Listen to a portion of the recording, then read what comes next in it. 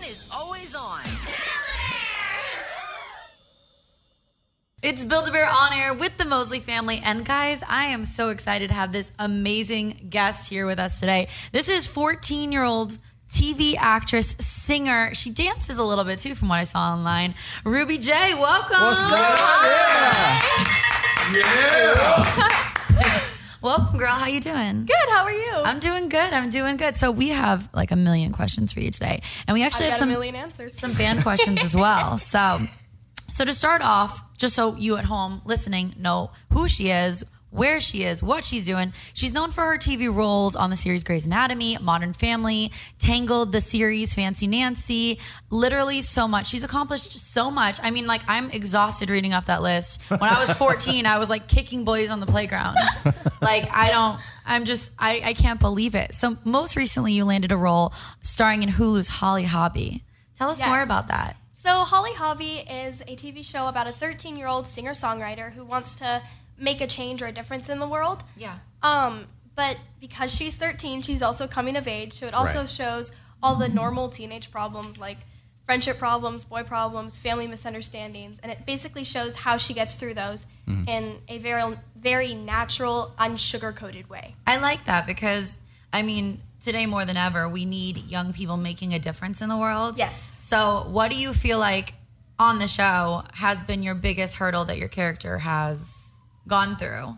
The main problem that she has is she feels like she's losing her best friend. Oh, no. And so throughout the series, she's trying to understand why she feels like she's losing her friend and how she can get back her friend from this other girl who's kind of taking over the best friend role in Amy's life. Oh, no. So that's basically the biggest hurdle that she has to overcome. Yeah, totally.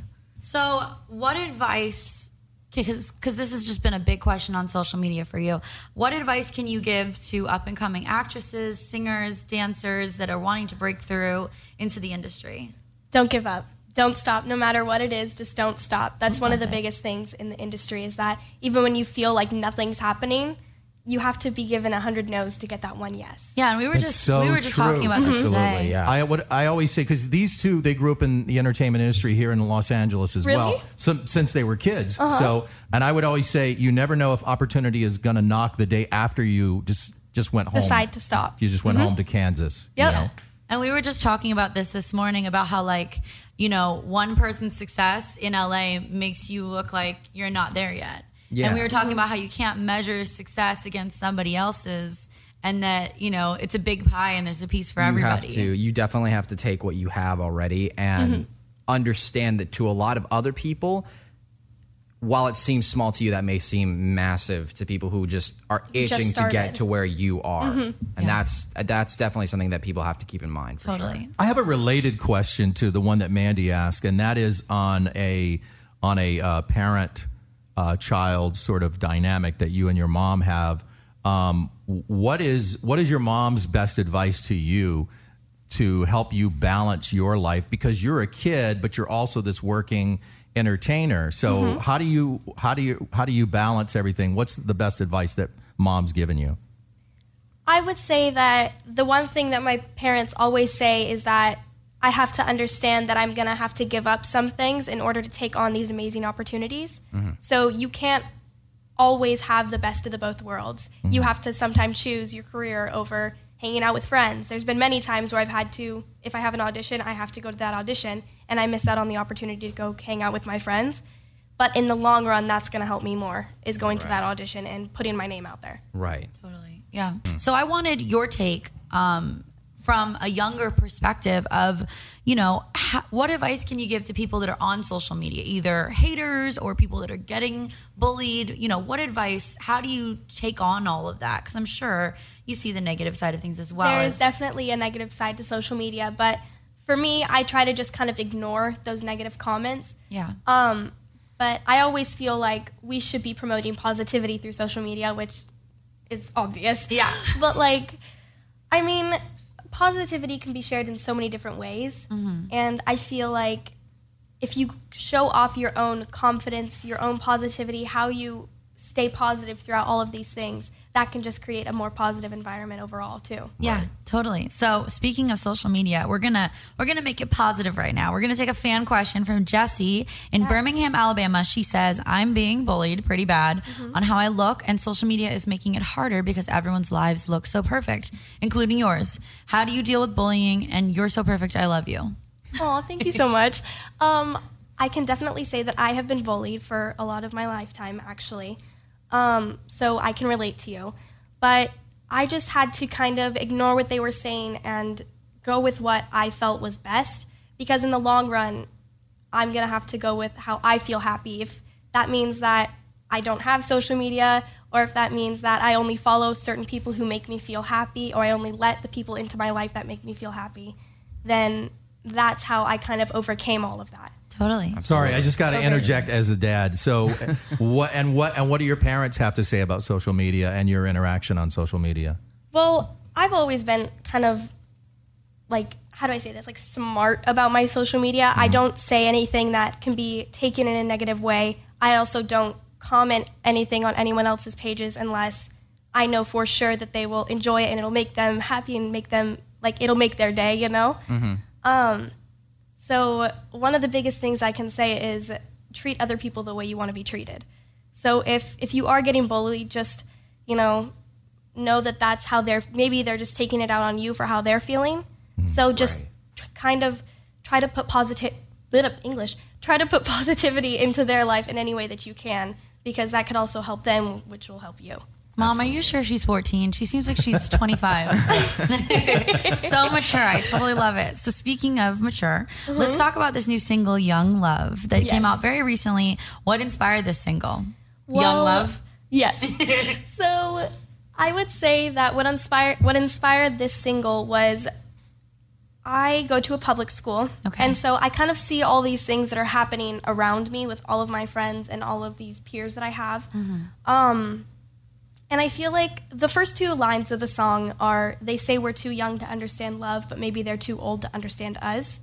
So I kind of just feel like the song is basically explaining how I feel about young love, which is that we are super young, but just because we're young doesn't mean that we're trying to be in like this super serious relationship and we're gonna like get married to these people. Yeah. Like we're trying to figure out love so that when we do get to that age, we know what's happening and we kind of understand the concept of love. Yeah. So in this period in our life, we're trying to figure out the idea of love. It's not so much that we're trying to get in a serious relationship with these people. And having fun. I mean, I remember being 14 and having crushes on boys and kicking them on the playground like I talked about, And Matt, you're even younger, so I know you remember it.